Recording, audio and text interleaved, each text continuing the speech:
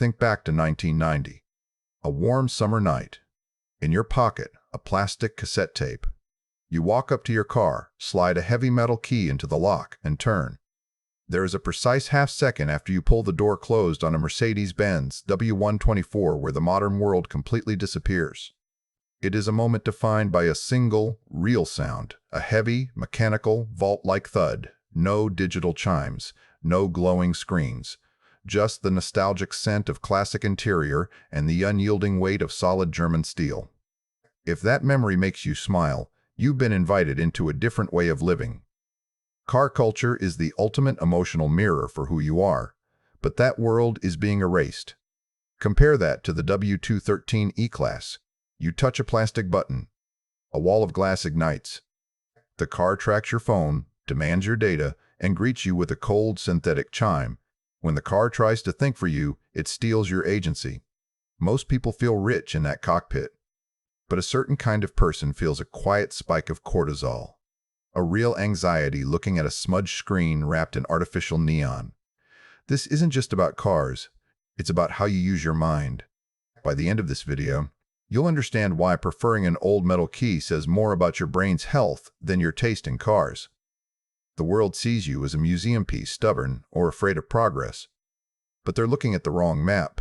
You didn't turn away from the W213 because you don't understand tech. You turned away because you understand it all too well. The world calls this convenience. You see it for what it is, a lie. The true villain is the algorithm of the dashboard. It's no longer a tool. It's a distraction machine designed to harvest your attention. This creates a cognitive tax. In the W124, changing the temperature is a zero-tax experience. Your fingers find the ridged wheel instantly. Your brain does zero work. The W213 forces you into decision fatigue. When a climate dial is trapped in a digital menu, your brain wastes energy fighting the machine. Choosing the W124 is an act of emotional regulation in an era that wants to keep your mind permanently exhausted. This preference started in your childhood.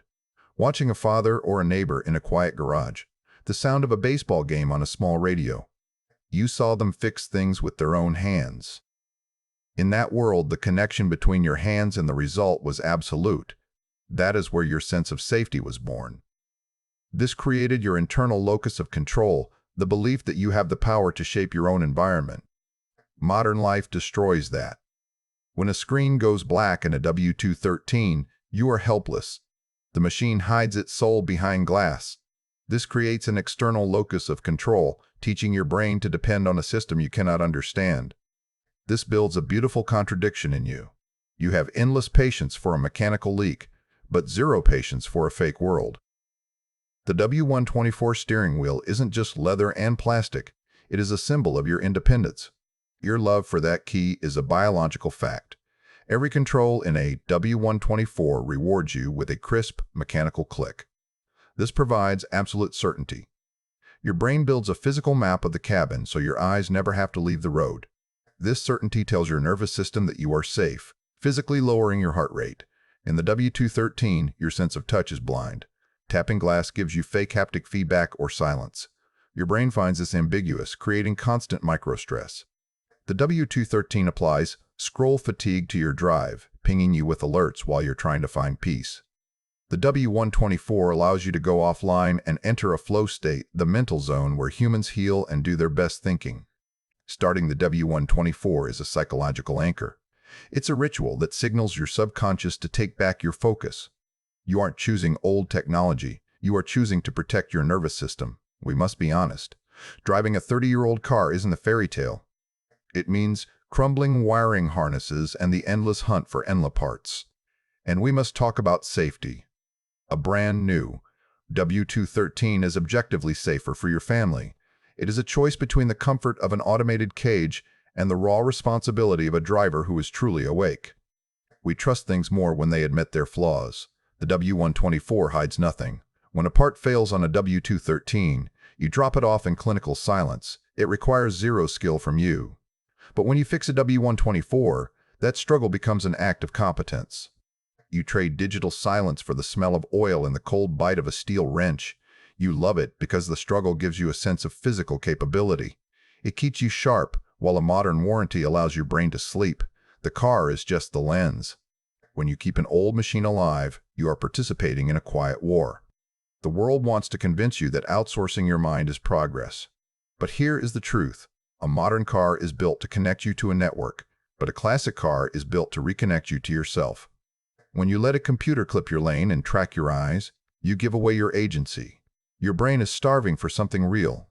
Driving the W124 is your quiet reclamation of peace. Imagine walking to your driveway tonight. The house is quiet. You look at your car. It's no longer just engineering. It is a physical monument to your own sanity. The world will continue to trade autonomy for fake convenience. But you have built a different architecture for your mind. When you slide that key into the lock and hear that vault-like thud, you aren't escaping reality, you are stepping back into it. You are the master of your own tools and the sole author of your journey.